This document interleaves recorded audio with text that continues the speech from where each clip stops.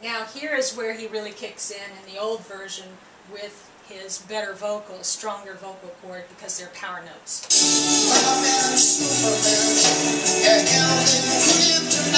That's good.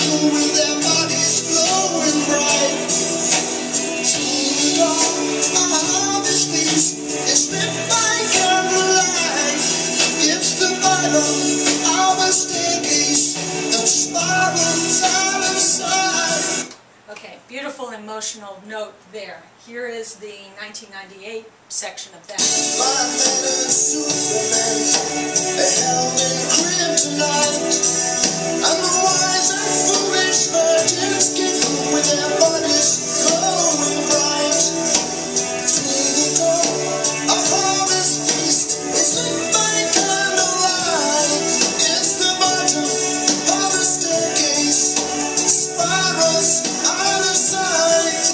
Not bad for a 48-year-old. I mean, he was really reaching there. But when they did the retracking, he had no choice but to sing in the key, the same key that he was singing in at age 25, because he was locked in to that original live recording of the other musicians that weren't retracked. So I thought it was a pretty decent job in doing all of that.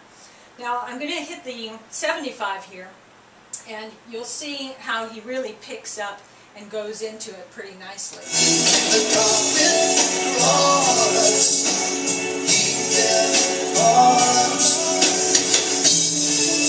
We gotta get in to get out. You're still in the background? We gotta get in to get out. We gotta get in to get out. Okay, and here is this section for the 98 part.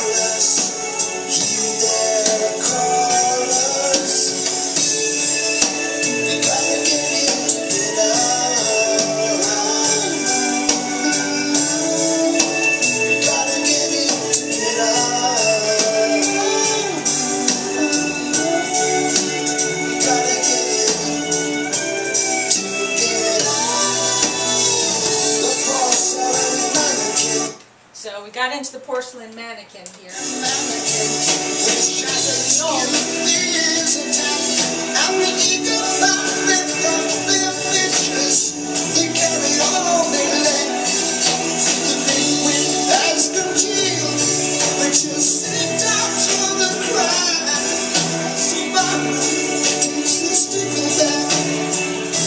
Okay, you notice that he had some problems there with the lyrics.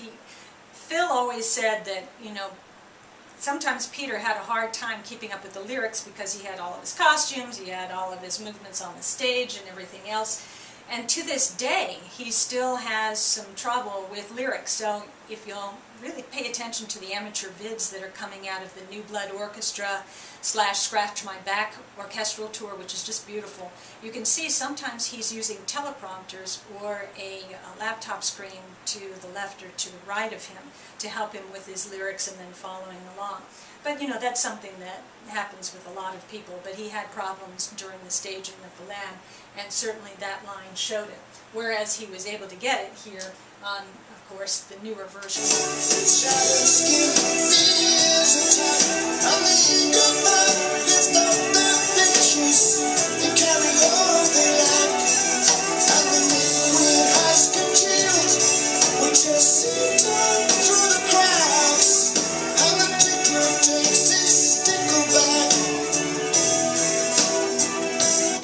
So here's the old one.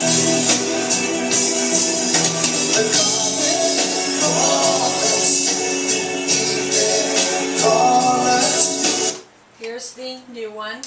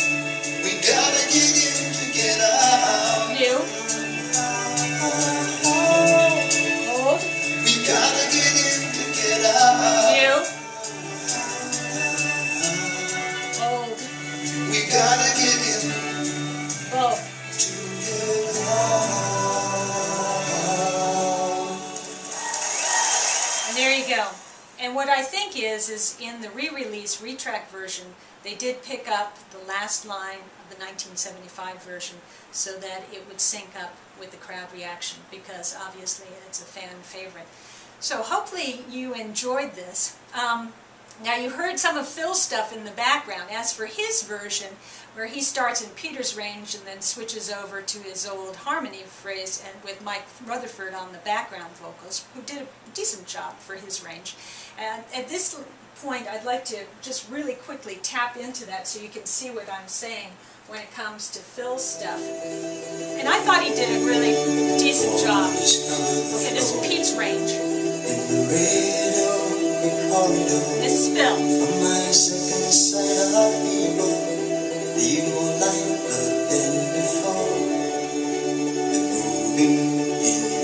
And this is low for him.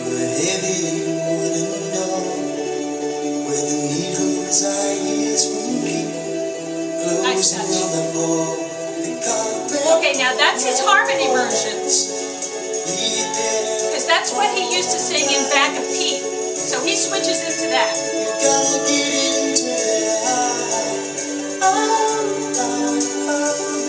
What a lovely voice he's got.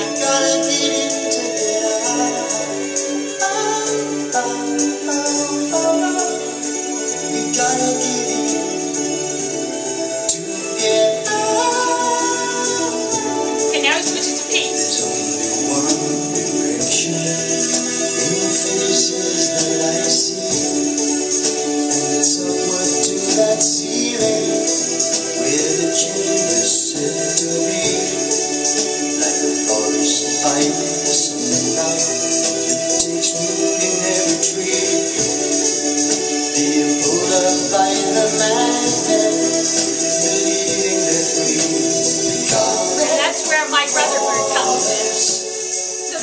Fun to listen to as well.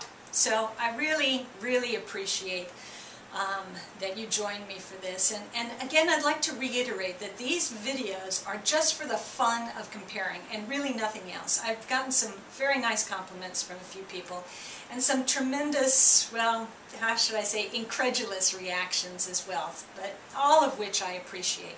I mean, I do apologize to those who find the retracked version of the Shrine concert an abomination, but to tell you the truth, I tend to view it truly as apples and oranges, preferring to imagine it as what it would have sounded like, perhaps, if Genesis were to have done a 2005 reunion for the Lamb. Of course, the key would have had to have been dropped for Peter to handle it, but still, it's the same thought. And they did discuss this with Tony Smith in 2004, but I doubt, obviously, that will ever come about, so this is about the only thing that we can really live with.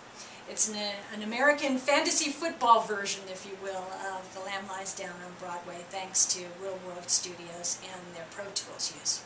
Dialogue and intellectual interchange, especially on music, particularly on Genesis, can never be a bad thing. And I'd really like to thank you for watching and enjoy.